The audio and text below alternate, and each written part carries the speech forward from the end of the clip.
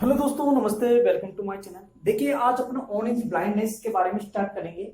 Orange blindness ये John Milton के द्वारा ये पोएम लिखी गई थी। देखो, जॉन मिल्टन का कार्यकाल माना जाता है 1608 से 1674 के बीच में इसका कार्यकाल माना जाता है। तो देखिए, थोड़ा सा बहुत इसमें इंट्रोडक्शन देख लीजिए, थोड़ा बहुत कुछ अलग। ये poem orange blindness lyrics poem है ना। ये इम्बिक्स पेंटामीटर में लिखी गई है। इम्बिक्स पेंटामीटर क्या होता है? 5 पेंटामीटर क्या होता है? इम्बिक्स यानी अनस्ट्रेस और stable, unstress plus stable plus rhyme में बराबर राइम में, ये आपका इम्बिक्स पेंटामीटर कहलाता है। यानी अनस्ट्रेस प्लस स्टेबल्स बराबर राइम, ये आपका क्या कहलाता है? इम्बिक्स पेंटामीटर कहलाता है। इसमें कितने पेंटामीटर होते हैं? 5 पेंटामीटर कितने होते हैं? 5 होते हैं इसमें। तो देखिए, पहले ये कविता फर्स्ट पब्लिश हुई थी। इसका टाइटल 1674 में दिया गया था, सोनेट नंबर 13 में, सोनेट नंबर 11 में। यानी ये सबसे पहले पब्लिश हुई थी 1673 में। ये संस्कृत विभाग का एग्जाम होता उसमें आया था। ये फर्स्ट पब्लिश कब हुई थी? 1673 में पब्लिश हुई। ये सोनेट नंबर, और किसमें पब्लिश करवाई गई थी? सोनेट नंबर 11 में इसको पब्लिश करवाया गया था। लेकिन इसके बाद में कवि ने दोबारा रीपब्लिश इसको किया, यानी दोबारा पुनः इसको पब्लिश कब किया? 1673 में। कब किया? 1673 में इसको रिपब्लिश किया। इसके बाद में इसको विल्सन न्यूटन के द्वारा इसको रिपब्लिश किया गया था। किसके द्वारा? विल्सन न्यूटन के द्वारा, विल्सन न्यूटन के द्वारा इसे रिपब्लिश किया गया था 1673 में।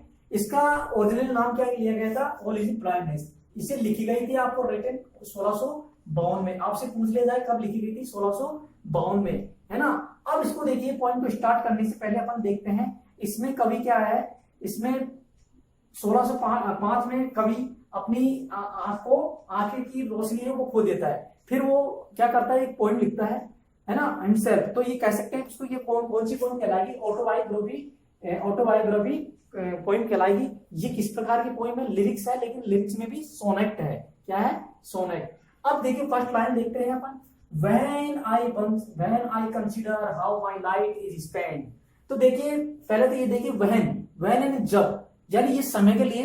अब देखो, आपसे शुरू में क्वेश्चन पूछ सकता है कि ऑरेंज ब्लाइंडनेस में मिल्टन किसके रूप में करता है? टाइम के रूप में, या फिर अपने पैलेस के रूप में, या मेहनत के रूप में? तो इसको स्टार्ट करता है वहन, यानी समय के लिए इसको स्टार्ट करता है। तो आपसे पूछ सकता है शुरू में किसके रूप में स्टार्ट कर रहा है? समय के रूप में ये स्टार्ट कर रहा है कि when I consider how my life is spent. कि जब मेरी कंसिडर यानी क्या होता है? थिंक यानी क्या होता है? सोचना। जब मैं सोचता था, यानी समय के वो कर रहा है, डेडिकेटेड कर रहा है। तो जब मैं समय को सोचता था कि how my life is spent, कि मेरी जीवन, हाउ यानी क्या होता है? कैसे, हाउ यानी कैसे, माई लाइफ यानी मेरे जीवन की रोशनी इज स्पेंड, स्पेंड का मतलब क्या होता है? एंडेड। स्पेंड का मतलब क्या होता है? एंडेड, यानी मेरे जीवन की आधी रोशनी, यानी ये कैसे चली गई। एयर क्या था? बिफोर, यानी बिफोर यानी पहले। जब, अब देखो, एयर बिफोर की कब बात आती है? जब वो रोशनी नहीं गई थी, यानी उसकी जीवन की जो लाइट स्पेंड खर्च नहीं हुए थे आधी जीवन की, उसके पहले की बात कर रहा है। हाफ माई डेज यानी मेरे जीवन की आधे दिन इन दिस डार्क, कैसे चले गए थे? इन दिस डार्क यानी अंधेरे, इन दिस डार्क वर्ल्ड यानी कैसे थे? यानी अंधेरे संसार में थे। एंड वाइड, अब देखो, वर्ल्ड को क्या कह रहा है? संसार कह रहा है। संसार यानी उसके लिए कैसा लग रहा है यहाँ पे? उसके लिए सीरियस लगे, यानी उसको थोड़ा सा अलग लग रहा है। एंड वाइड यानी क्या? विस्तृत। लेंथ यानी वह अपने जीवन को कैसे कहता है? एक संसार, डार्क वर्ल्ड।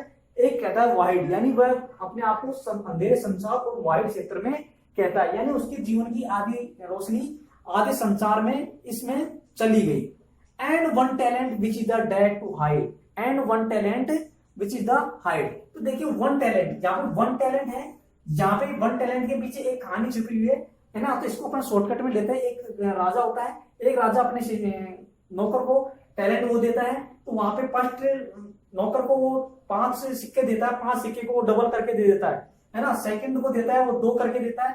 तो सेकंड को 2 देता है, वो 2 के 2 करता है। थर्ड वो करता है, थर्ड को 1 सिक्का दिया जाता है, वो 1 का 1 करता है। जो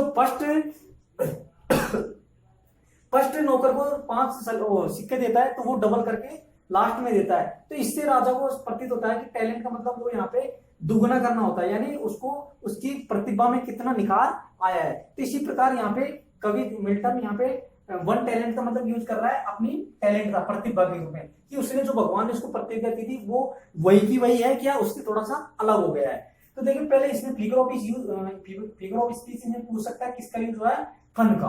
किसका यूज हुआ है, फन का। Which is the death to the hide, जिसकी मृत्यु के साथ में क्या हो गया था, छिप गया था। हाइड यानी छिपना, यानी उसकी मृत्यु के साथ में ये सब चला गया था। तो इसमें आप कह सकते हो विच इज द डेथ में मेटाफर यूज हुआ है ना। अब देखो इसमें अपन लेवल चलेंगे क्या, इसमें पहले स्पेंड, इसमें राइम स्कीम देखिए, स्पेंड ए, फिर इसकी वाइड बी। अब देखो वाइड और हाइड ये दोनों सेम है, तो इसको ए देंगे, फिर इसको बी, फिर इसको बी। अब मोर है ना, तो ये मोर आ गया, मोर बैंड, तो ये किससे मिल रही है, स्पेंड बैंड है ना। तो आपसे हो जाना चाहिए ए बी बी, फिर इस ए, फिर ए है ना, नहीं ए, फिर इसके बाद में कौन सी राइम में स्कीम आ जाएगी, इसके बाद में बेंट हो गया, बेंट में कौन सी हुई, ए, फिर इसके बाद में प्रेजेंट, प्रेजेंट के बाद में बी, फिर ए, ऐसे राइम स्कीम चल रही है। तो इसको देख लेना है ना। टू सर्व यहाँ पे देखिए, लोजर, लोजर क्या होता है, स्टे, ठहरना। विथ मी यूजलेस, यानी मैं जहां पे ठहरा हुआ था यूजलेस था, यानी जहां पर भी मैं ठहरा हुआ था वहां पे मेरी प्रतिभा कैसी थी, यूजलेस थी, यानी बेकारहीन थी, यानी वहां पे मेरा कुछ वो नहीं था, रोल नहीं था। तो माई साउल मोर बैंड, और वहां पे मेरी आत्मा बेंट, बेंट यानी ईगर, ईगर यानी क्या था, उत्सुक, यानी बेंट यानी झुकी हुई, यानी मेरी आत्मा वहां पे झुकी हुई थी। क्यों झुकी हुई थी, क्योंकि वहां पे कवि के पास टैलेंट तो नहीं थी, यानी कुछ एक्सप्रेशन करने के लिए कुछ समय नहीं था, यानी समय तो था लेकिन उसको प्रतिभा करने के लिए उसके पास भगवान ने जो टैलेंट था थी वो ले ली थी, कैसे, ब्लाइंडनेस करके। लेकिन वो खुद का आप में क्या करता है, बेंट यानी उत्सुक करता है, ईगर करता है, यानी सोचता है। तो यहाँ पे फिगर ऑफ स्पीच यूज हुआ है मेटाफर, तो माई साउल बोर, तो इसमें आप कह सकते हो मेटाफर यूज हुआ है। इसमें देखिए टू सर्व, फिर वो जवाब कहता है to serve there with my maker, ईश्वर ने शायद मुझे बना, सर्व यानी क्या होता है, सेवा करना, there with my maker, maker यानी होता है गॉड, यानी ईश्वर ने जो मुझे यहाँ पे सेवा करने के लिए भेजा है, यानी मुझे बनाकर यहाँ पे भेजा है। एंड प्रेजेंस, प्रेजेंट यह उसकी उपस्थिति है, यही उसका करते हुए था। माई ट्रू अकाउंट, शायद मेरा सच्चा लेखा जोखा। देखो माई ट्रू अकाउंट मतलब क्या हुआ, जीवन से संबंधित, किससे संबंधित हुआ, जीवन से, यानी मेरा जीवन का लेखा, सच्चा लेखा जोखा। Last here written the child, जो मैंने किया है मेरे जीवन में उसको ईश्वर देखेगा। एंड लास्ट ईयर, और मुझे ही रिटाइम द चाइल्ड, मतलब ही किसके लिए आया, गॉड के लिए, किसके लिए आया, गॉड के लिए आया है। तो ही रिटाइम चाइल्ड, वह मुझे क्या करेगा, चाइल्ड यानी फटकार लगाएगा, रिटिंग मुझे बकेगा, यानी मुझे वो फटकार लगाएगा, है ना। तो यहाँ पे वो कवि अपने आप क्या कर रहा है, यानी ईश्वर से डर रहा है, और वो कह रहा है वह यहाँ पे, यानी इसको क्या लगी हुई है, वह फियरनेस लगा हुआ है, वो ईश्वर से डरा हुआ है। वो कहेगा कहीं मेरे ईश्वर मुझे डांटे ना, है ना, मैंने कुछ किया नहीं है, यानी मेरा जो भी लॉस था, टैलेंट था, उसको मैंने कुछ किया नहीं, उसके सामने एक्सप्रेस नहीं किया, तो कहीं मुझे ईश्वर डांटे ना। तो देखिए नेक्स्ट लाइन देखिए, डोथ, डोथ यानी करना है, Dutch. God exit day labour, यानी ईश्वर यहाँ पे भेज देता है, लेकिन व्यक्ति एग्जिट डे लेबर, यानी भगवान, यानी उन्हीं को क्या करता है जो डे लेबर यानी परिश्रम की डिमांड करते हैं, यानी डिमांड करते हैं, लाइट डिनाइट। अब देखो यहाँ क्वेश्चन कर रहा है खुद कवि, क्या कर रहा है, क्वेश्चन कर रहा था कि लाइट डिनाइट, शायद उनके पास, कवि देखो खुद कवि कह रहा है कि don't God exit day labour, ये लाइन वेरी इंपॉर्टेंट है। इसमें आपसे पूछ सकता है, कौन से क्वेश्चन में क्वेश्चन पूछा गया है, इंटरगेटिव क्वेश्चन, तो इसमें कवि क्वेश्चन कर रहा है, क्या क्वेश्चन कर रहा है, शायद ईश्वर उन्हीं लोगों को प्रेम करता है जो क्या करते हैं, डे लाइट, डे लेबर यानी परिश्रम करते हैं, लेबर यानी क्या होता है, परिश्रम करना, लाइट एंड डिनाइट, और अपनी लाइट यानी प्रकाश, डिनाइट यानी मना, इंकार कर देना, यानी अपने प्रकाश को रिफ्यूज कर देना, यानी अपनी प्रतिभा को मना कर देना, शायद उन्हीं को ईश्वर डांटेगा, या फिर वो डे लेबर यानी दिन रात परिश्रम करने वालों को ही ईश्वर उनकी पर मदद करेगा। यहाँ पे क्वेश्चन कर रहा है कवि, यानी या तो उन पे मदद करेगा, या नहीं जो कुछ नहीं करते उनको क्या करेगा, फटकार यानी डिनाइट, इंकार कर देगा।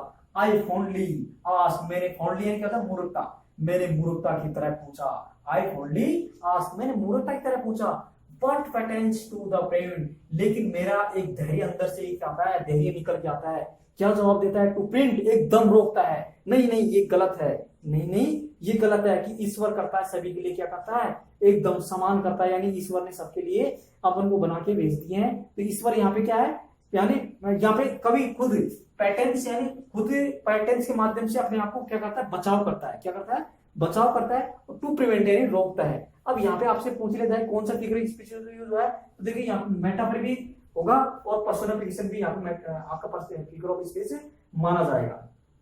इसके बाद में देखिए अब यहाँ से कवि का मूड चेंज हो जाता है, यानी आपके 8 लाइन में यहाँ तो ऑक्टेटिव चल रहा था, अब इसके बाद में सेक्टिव चलेगा। ये इस लाइन से दैट मर्वर से यहाँ पे वोल्टा स्टार्ट हो जाता है, यानी कवि का मूड चेंजेबल हो जाता है। यहाँ तो इसमें कवि की निराशाजनक को बताया जाता है। इसके बाद में अपन जो आता है, इसके बाद में कवि अपनी आशावादी को माने यानी उसकी उम्र के बारे में कवि यहाँ पे बताएगा, यानी वो अपने कार्य करने के लिए अपने आप को प्रोत्साहित करेगा। तो यहाँ पे अपन कह सकते हैं वोल्टा यूज हुआ है। अब वोल्टा कौन सी लाइन में स्टार्ट हुआ है, 9th लाइन में हुआ है। 9th लाइन से वोल्टा स्टार्ट हुआ है कि दैट मर्मर यानी बड़बड़ाता है, सून वह शीघ्र बड़बड़ाता है कि रिप्लाई और तुरंत जवाब देता है क्या, गॉड डोथ नॉट नीड, यानी ईश्वर को उनकी आवश्यकता नहीं है, यानी ईश्वर को उनकी आवश्यकता नहीं है। क्योंकि यानी जो व्यक्ति कुछ नहीं करते हैं लेकिन व्यक्ति को कुछ न कुछ करना रहना चाहिए। तो यहाँ पे कवि कह रहा है अंदर से बड़बड़ाता है कि ईश्वर उन्हीं की मदद नहीं करता है, यानी जो व्यक्ति कुछ कार्य करते हैं उनकी सबकी ईश्वर मदद करता है। तो गॉड नॉट टू नीड, यहाँ पे उनकी आवश्यकता नहीं है। तो देखो पैटर्न्स मतलब क्या होता है, दे रहता। तो आपसे एक वेरी इंपॉर्टेंट क्वेश्चन बन रहा है यहाँ पे कि यहाँ पे आई वर्ड है, पूरी पोएम में कितनी बार यूज हुआ है, तो आप कह सकते हो इसको वूल पोएम में ये आई वर्ड है 2 बार यूज हुआ है, यानी कवि खुद को पर्सोनिफाई कर रहा है फर्स्ट आई नाम से, यानी तो यहाँ पे तो आई कितनी बार हुआ है, 2 बार यूज हुआ है। तो थैंक यू। इसी प्रकार अपन नेक्स्ट वीडियो लेंगे। Thank you, like and share.